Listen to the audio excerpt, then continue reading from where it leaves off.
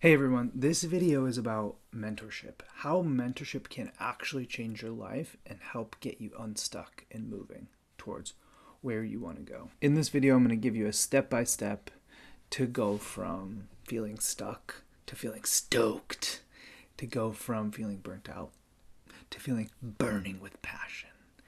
Is it easy? No. But without a challenge, we don't grow and adapt and move forward. Just like when it's time to build our muscles, we need to push a little bit beyond. We need a little bit of that strain in order to grow and adapt.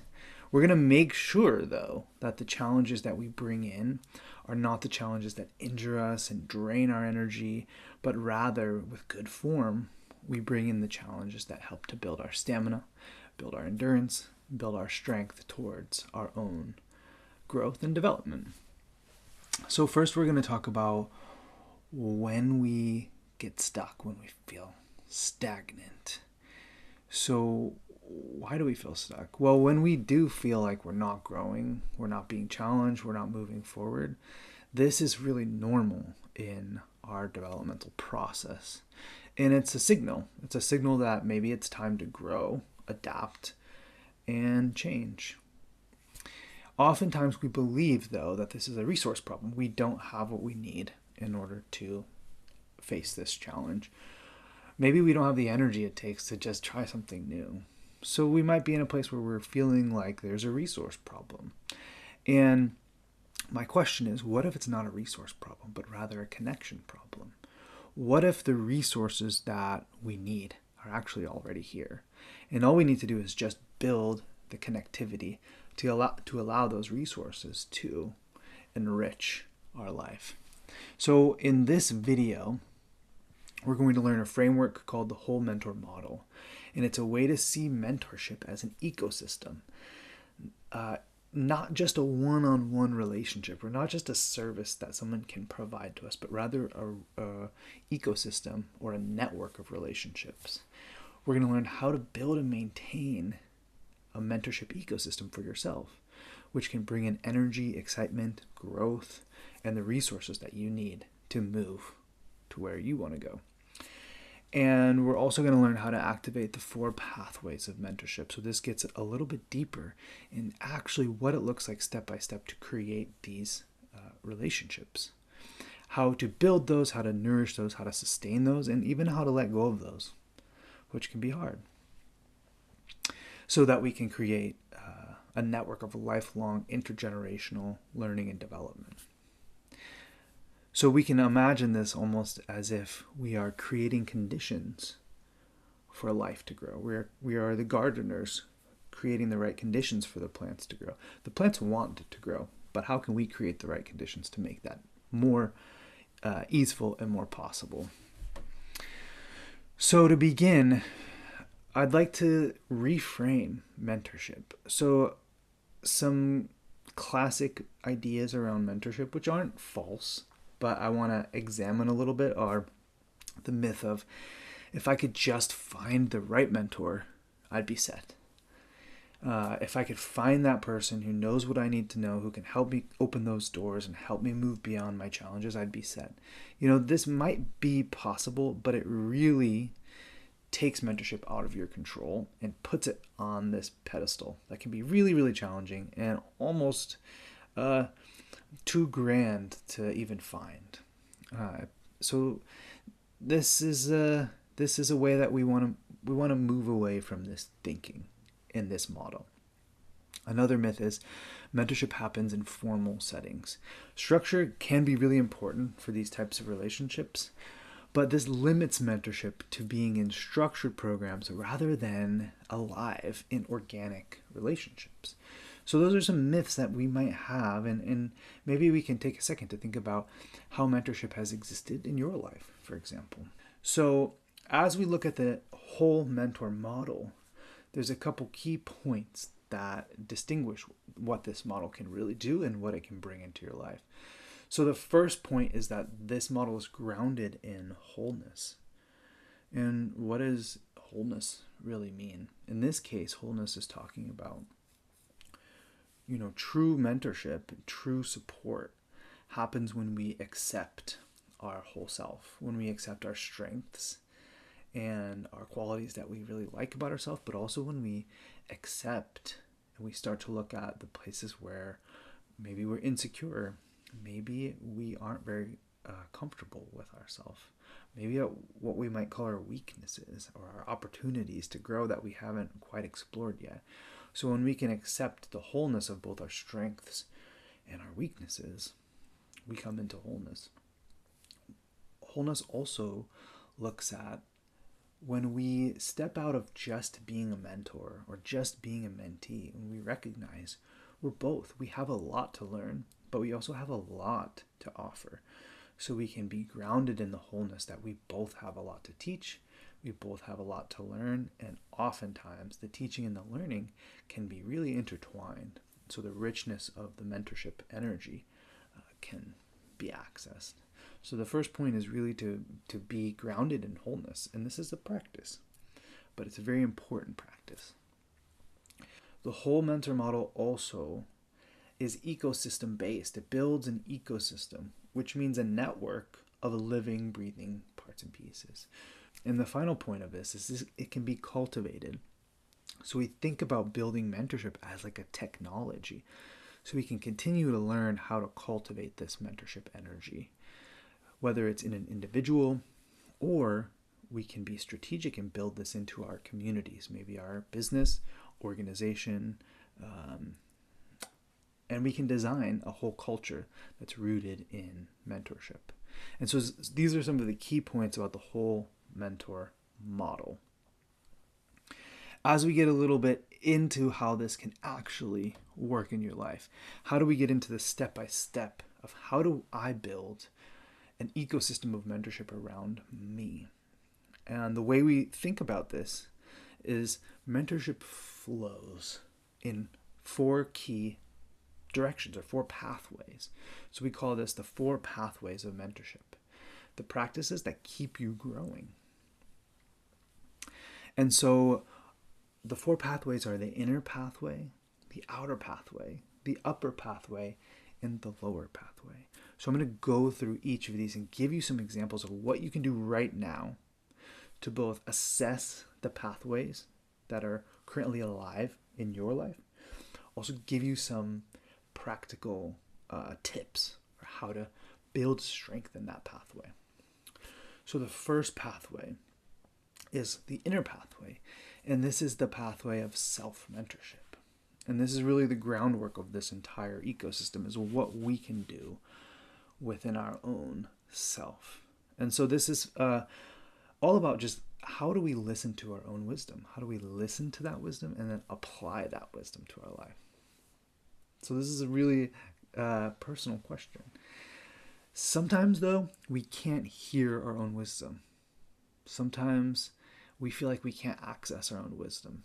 And so sometimes before we access that, we need to figure out how to manage stress, anxiety, distraction, and other things that might feel like they're getting in the way.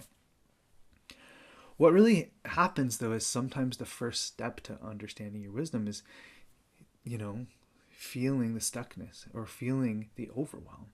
That is our body's way of suggesting that there's an imbalance that maybe we can meet with care. So when we begin the practice of the inner pathway, some popular practices that are available are mindfulness meditation. Maybe if you're practice a religion, this could look like prayer, or maybe a spiritual practice. Like, how do you receive wisdom both from your inner self, but maybe, even a greater energy in the universe. For some people, this could be as simple as journaling or taking a walk. And ultimately, how do we build this into our life as a practice? How do we set aside time?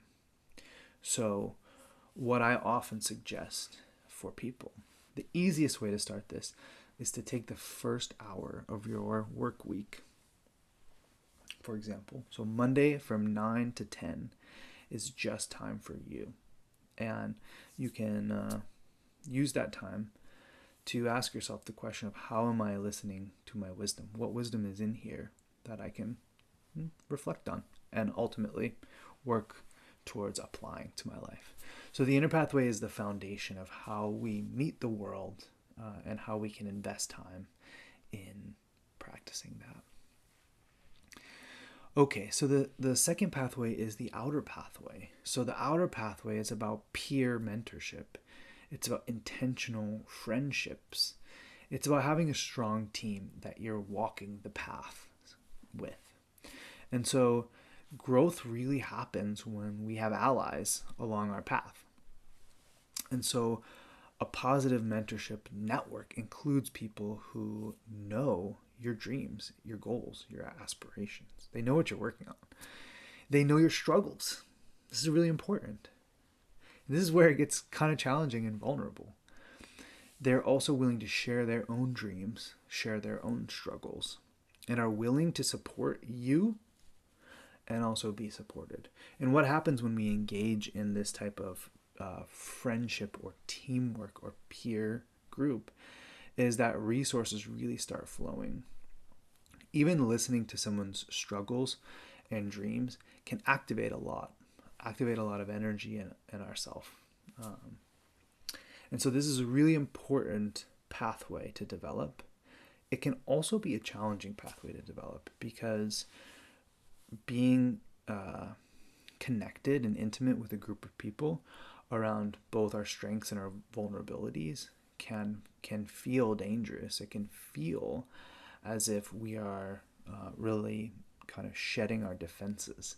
And so this can trigger a lot of feelings, which is totally normal, and that is a part of the beautiful challenge of this pathway. And it's one of the things that can really transform who we are.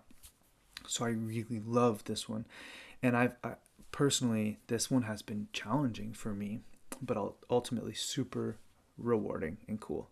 So the outer pathway in practice looks like finding one person, finding one friend who is willing to hear your dreams, hear your struggles, and is also willing to share those with you. And you sort of form an alliance. Hey, tell me what you're working on. Let's get together and have some tea, and we can share our path with each other. So this can happen a little bit more formally too. So this can happen in a work setting. If you are on a good team, this might be happening naturally. But it doesn't always happen naturally. So there's some really interesting ways that we can build structures to support this happening. And we'll get into that in a future video. So we have the inner pathway, we have the outer pathway. The upper pathway is really in line with what we might traditionally understand as mentorship. So you're seeking out some support, some wisdom, some skills from a mentor. And so this could look like finding a person who is in a position that has something to offer what you're looking for. This also could look like, we might not always be able to find that person. So it could look like finding an author or a public figure that you really respect and appreciate, and taking time to read their material, listen to their podcasts, and absorb and apply some of their wisdom in your life. So there's a lot of ways that you can essentially learn from others outside of the traditional one-on-one mentorship practice.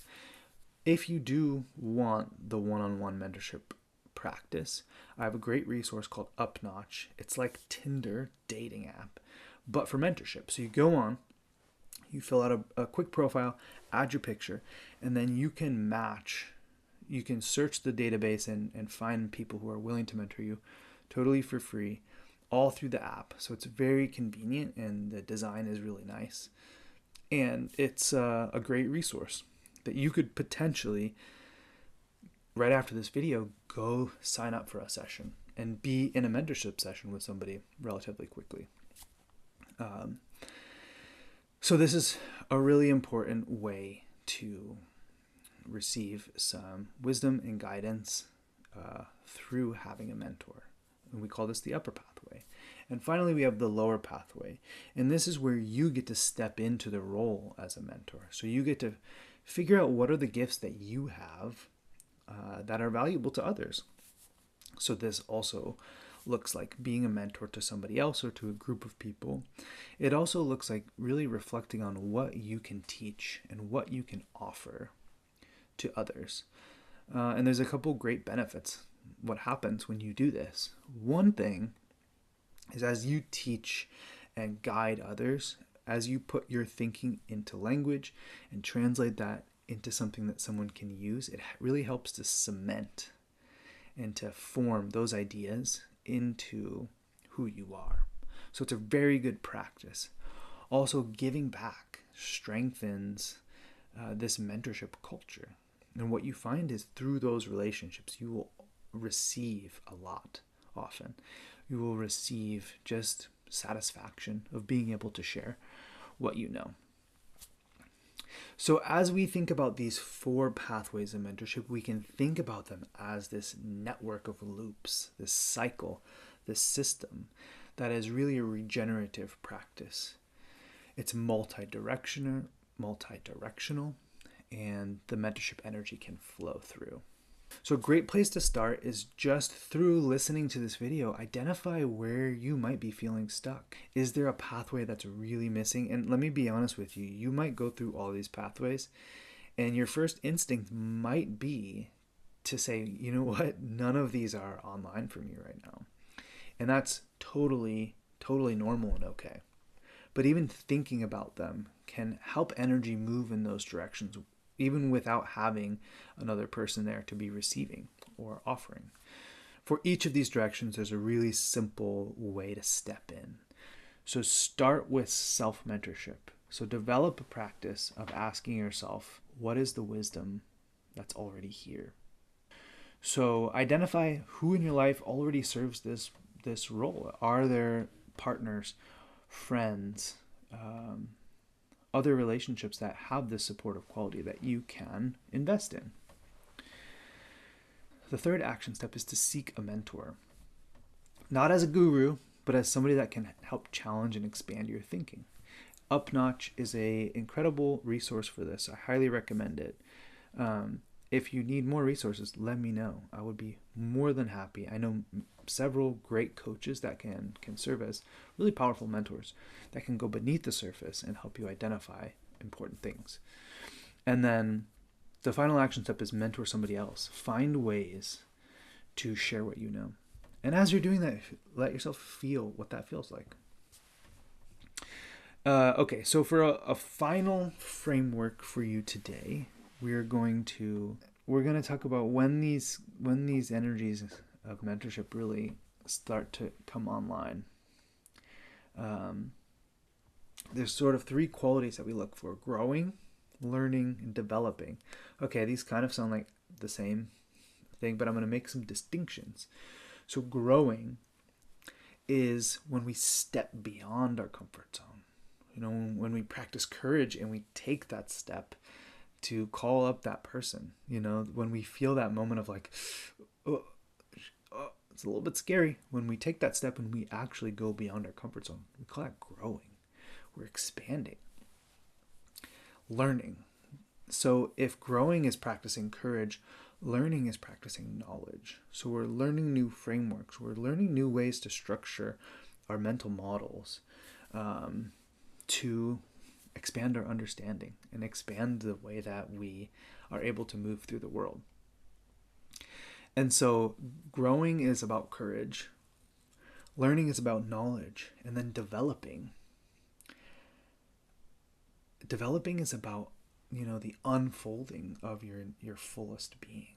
So being who you're meant to be. And developing often has a quality of letting go to it, letting go into what is to come. So developing has to do in my framework of the spirit. And so growing, learning, and developing, GLD. And I call this a golden age. So when we have all 3 of these things online, we often step into what feels like a golden age when we are really enlivened by our path. And it's common to think a golden age arrives when everything's perfect. But what we find is golden ages are actually when we feel resourced to move through the challenges of life. And you can hit a golden age individually, but what gets really crazy and awesome is when you hit a golden age with other people and you unlock some really incredible energy that you can share in. And so this can be a framework offered just to have an idea of, as we build this ecosystem of mentorship, what does it look like when it's really starting to work? And that can give us the energy to keep moving. Ultimately, even when we hit a golden age, we will find times when we're stuck again. And that's okay. This is all a part of the process of growing and developing and learning. We take big leaps, we step out of our comfort zone, and then sometimes we shrink back. Right? We are vulnerable humans, and we need to go at our own pace. So allow this to be a support to you, and to use this in whatever way is helpful. So I really want to know what stood out to you, what felt helpful for you, and I also want to know what you'd like to know more about.